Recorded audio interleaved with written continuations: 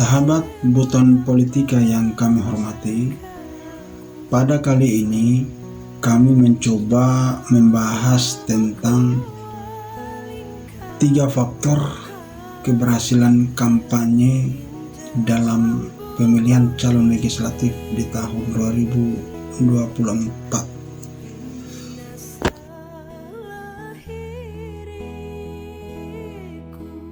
Sebelum membahas 3 faktor tersebut, terlebih dahulu dijelaskan tentang kenyataan yang ada saat kampanye, yaitu pertama, konstituen yang hadir dalam kampanye sudah bisa dipastikan ada pilihannya. Kenyataan yang kedua, konstituen tidak beradu argumentasi dalam menemukan kebenaran. Dan kenyataan-kenyataan yang dijumpai dalam kampanye yang ketiga, banyak konstituen menilai kampanye hanya mengobrol janji dan tak ada jaminan yang terrealisasi. Kenyataan yang keempat, pilihan konstituen bukan dari kampanye, tetapi pertimbangan rasional, emotif, objektif. Nah, berikut akan dikemukakan tentang 3 faktor keberhasilan kampanye yang dapat mempengaruhi pilihan konstituen. Yang pertama adalah karakteristik komunikator. Ada 3 karakteristik komunikator yang mempengaruhi keberhasilan kampanye, yaitu kredibilitas, daya tarik, dan otoritas. Kredibilitas komunikator saat kampanye dapat dilihat dari keahlian dan keterandalan. Keahlian adalah luasnya pengetahuan yang kelihatan atau nampak dimiliki komunikator. Sedangkan keterandalan merujuk pada niat komunikator yang nampaknya tulus dan tidak memiliki keinginan untuk membodohi konstituen.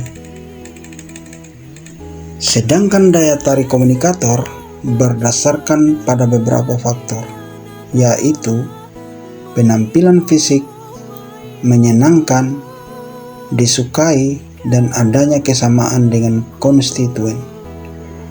Masing-masing aspek ini berkaitan erat satu sama lain, karena tiap-tiap aspek dari daya tarik mempengaruhi persepsi tentang aspek lainnya.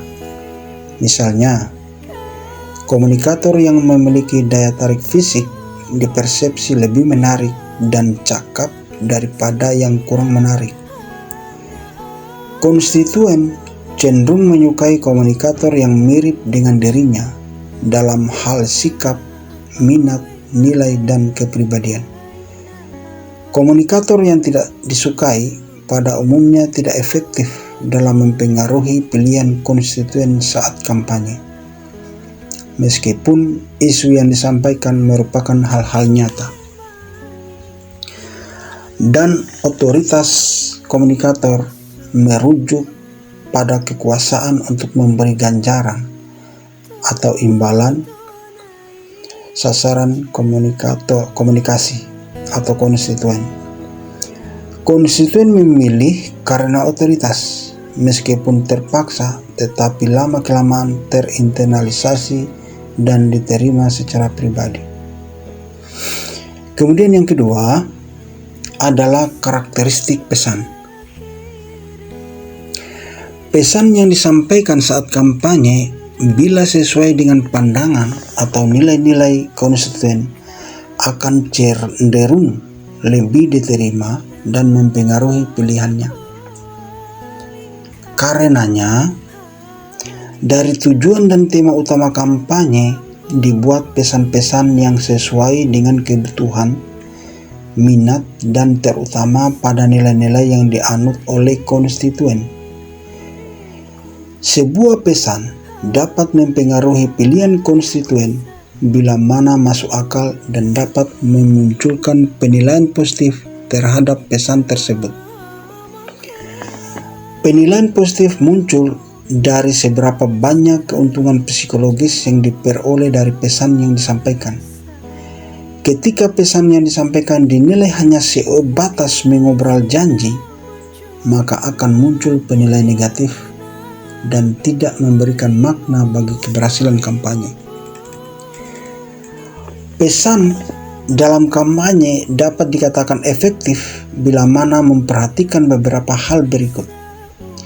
Pertama, terjadi pada frekuensi tertentu. Misalnya, pesan itu disampaikan berulang-ulang kali pada waktu dan konteks yang berbeda sehingga menarik perhatian. Yang kedua, ada intensitas tertentu di mana menampilkan daya tarik yang agak aneh atau lain daripada kebiasaan-kebiasaan yang normal.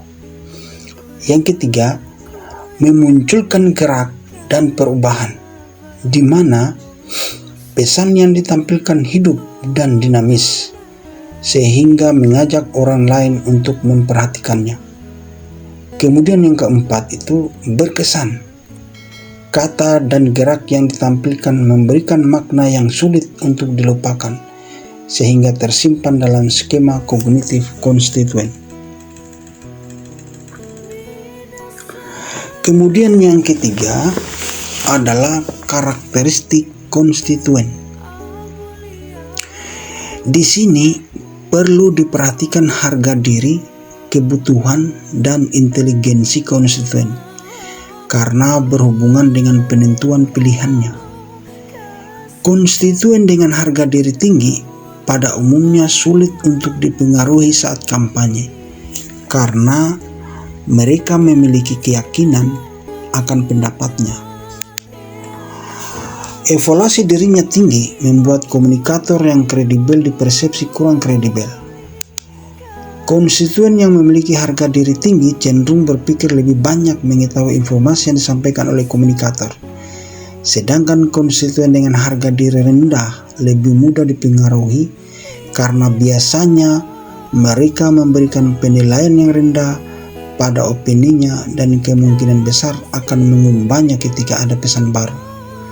Sementara konstituen yang inteligensinya tinggi lebih baik dalam memahami pesan yang kompleks, meskipun kurang bersedia menerima pesan yang disampaikan.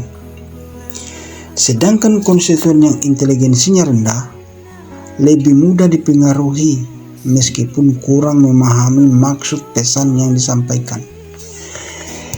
Keberhasilan kampanye akan tercapai bila pesan yang disampaikan adalah sesuatu yang sangat dibutuhkan oleh konstituen. Demikian yang bisa kami sampaikan. Ada 3 hal keberhasilan kampanye ini. Semoga bermanfaat. Sampai jumpa. Sekian, semoga bermanfaat.